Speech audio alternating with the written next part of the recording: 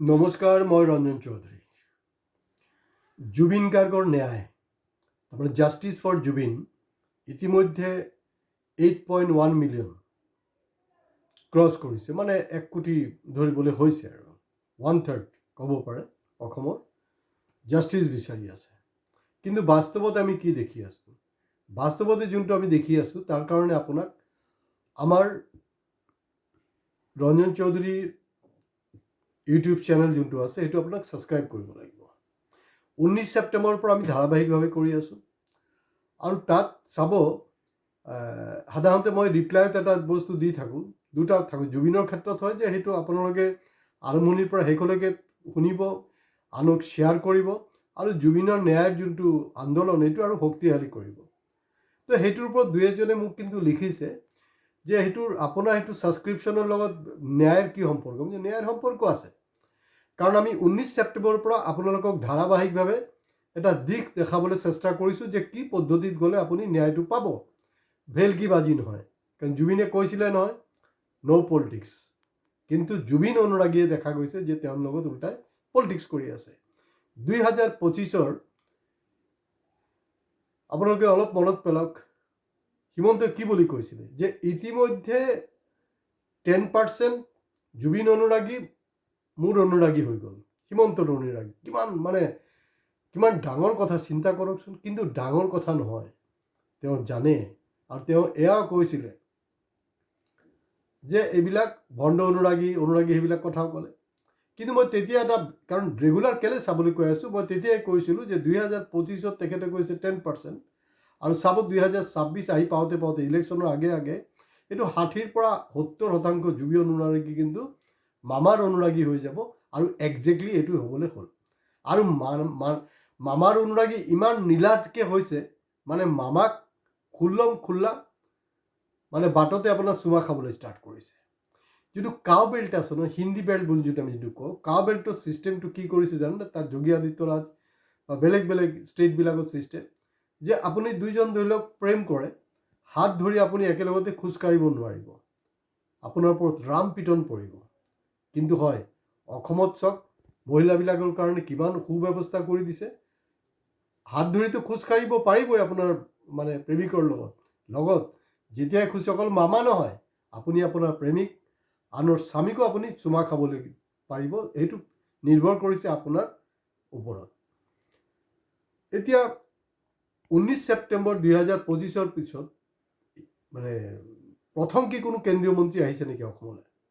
অমিত শ্বাহ ইয়াৰ আগত কেইবাবাৰ আহিছে, মোদী আহিছে আৰু আহি থাকিব।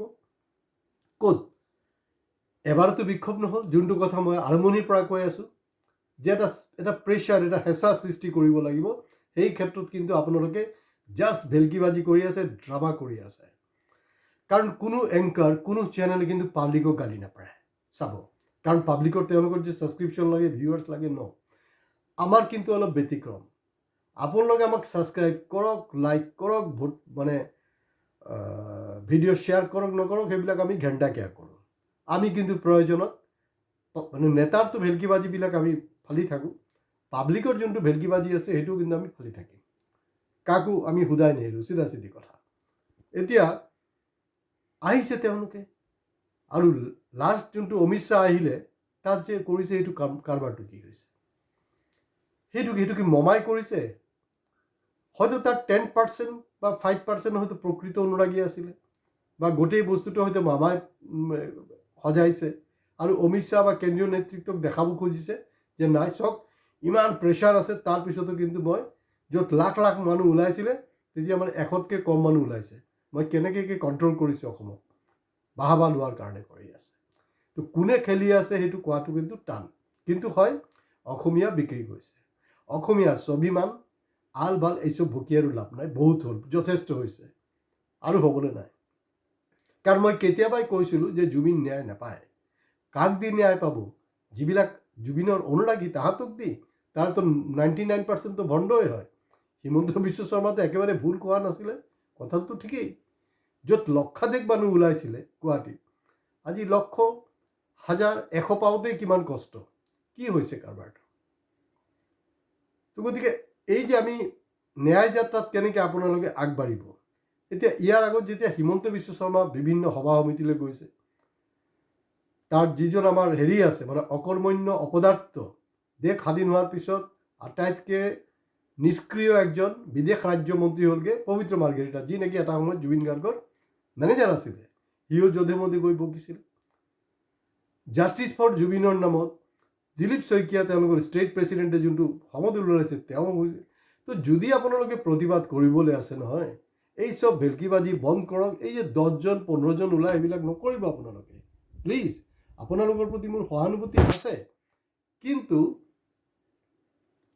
ভালকৈ কৰক। যদি যুঁজিবলৈ আছে ভালকৈ যুঁজক। কাৰণ এতিয়া এই যে আপোনালোকৰ নিশ্চয় মনত আছে, 16 মে'ৰ পিছত চবে টালি টোপোলালৈ পলাই যাব লাগিব। এতিয়া নেৰেটিভছটো কি চলিছে জানেনে? এইবাৰ 16 মে' নহয়, অলপ আগল, মানে 4 মে'ৰ পিছতে চব বাংলাদেশী টালি টোপোলালৈ গুচি যাব। এইটো নহয়, চবতে মানে ভেজাল। মানে হিন্দীত কথা নাই জানো যে ডাল মে কালা হে, कोई बोलता है कि डाल में काला नहीं है, पूरा डाल ही काला है। তো গতিকে এই ধৰণৰ আৰু ভেকু ভাওনাবিলাক বন্ধ কৰক। যদি কাৰোবাৰ প্ৰতিবাদ কৰি আছে, ঘৰতে বহি আৰামত প্ৰেয়াৰ কৰক ভগৱানৰ ওচৰত যে যাতে জুবিনো ন্যায় পায়। সেইবিলাক গোটেই বন্ধ কৰক।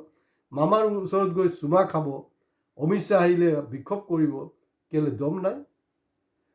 আৰু এটা বস্তু আপোনালোকে অমিত শ্বাহক ধৰিব পাৰে, সেইটো কাৰণে কৈ আছোঁ যে ন্যায় যাত্ৰাত আপুনি কেনেকৈ ফাইট কৰিব। সেইটো কাৰণে কৈ আছোঁ ছাবস্ক্ৰিপশ্যন ৰেগুলাৰ আমাৰ এইটো ৱাচ কৰিবলৈ।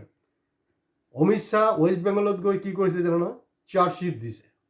চাৰ্জশ্বিট প্ৰস্তুত কৰিছে তৃণমূল কংগ্ৰেছৰ মমতা বেনাৰ্জীৰ এগেইনষ্টত, তেওঁৰ যি দুৰ্নীতি ভ্ৰষ্টাচাৰৰ। তো অমিত শ্বাহটো অকল নহয় ন, গোটেই ভাৰতবৰ্ষৰ, অসমৰো তেওঁ দায়িত্বত আছে, গোটেই ৱেষ্ট বেংগলত যদি তাত দিব পাৰে, তেতিয়াহ'লে অসমত কেলে চাৰ্জশ্বিট হোৱা নাই? তেতিয়াহ'লে অমিত শ্বাহ নিজে চাৰ্জশ্বিট বনাই দিব লাগে জুবিন গাৰ্গৰ যিবিলাক অপৰাধী আছে তাহাঁতৰ ওপৰত। চাৰ্জশ্বিট ক'ত বিচাৰিছে? চাৰ্জশ্বিট দিছে য'ত বিৰোধী ৰাজ্য, মমতা বেনাৰ্জী য'ত হিলাই দিছে, গোটেই মানে বিজেপি কনাই দিছে, তাত চাৰ্জশ্বিটটো অসমত হ'ব লাগিব। অসমত যোৱা 10টা বছৰ যিমান লুণ্ঠন, যিমান কেলেংকাৰী হৈছে, তাত চাৰ্জশ্বিট হোৱা উচিত। আৰু চাৰ্জশ্বিট প্ৰপাৰ চাৰ্জশ্বিট ফ্ৰেম কৰিব লাগিব, যোনটো হৈছে SIT ফেচাইটি নহয়, এইটোবিলাক চব ঘেণ্টা SIT। নতুনকৈ চাৰ্জশ্বিট দিব লাগিব জুবিনৰ এইটোৰ ওপৰত। আপোনালোকে কমচে কম ইমানটো অসমীয়াৰটো দিমাগত আছে যে তেওঁলোকে কৈছিলে যে আমাক ভোট নিদিব। তো 9 এপ্ৰিলটো আহি পালেহি দেখোন, আৰু কেতিয়া আপোনালোক ওলাব? তো গতিকে টোটাল ড্ৰামা বন্ধ। এণ্ড জাষ্টিছ ফৰ জুবিন, এই যে লিখা যে আছে নহয়, ইটছ বিকাম ফেশ্বন বাদ দিয়ক। এই যে ঘৰত বহি এই ফোনত টিকটুক কৰা জাষ্টিছ ফৰ জুবিন, এই চব টোটাল 2 নম্বৰী। 8.1 মিলিয়ন যোনটো আছে নহয়, হয়তো তাত যোনটো 0.1 সেইটো হয়তো অৰিজিনেল। আজি ইয়াত শেষ কৰিছোঁ। জেনুইন যদি অনুৰাগী হ'ব পাৰে, মানে ৰেগুলাৰ আমাৰ চেনেল চেক কৰিব, চাব। আজি ইয়াতে শেষ কৰিছোঁ। হয়, যদি দম আছে কমেণ্টছ দিব। নমস্কাৰ।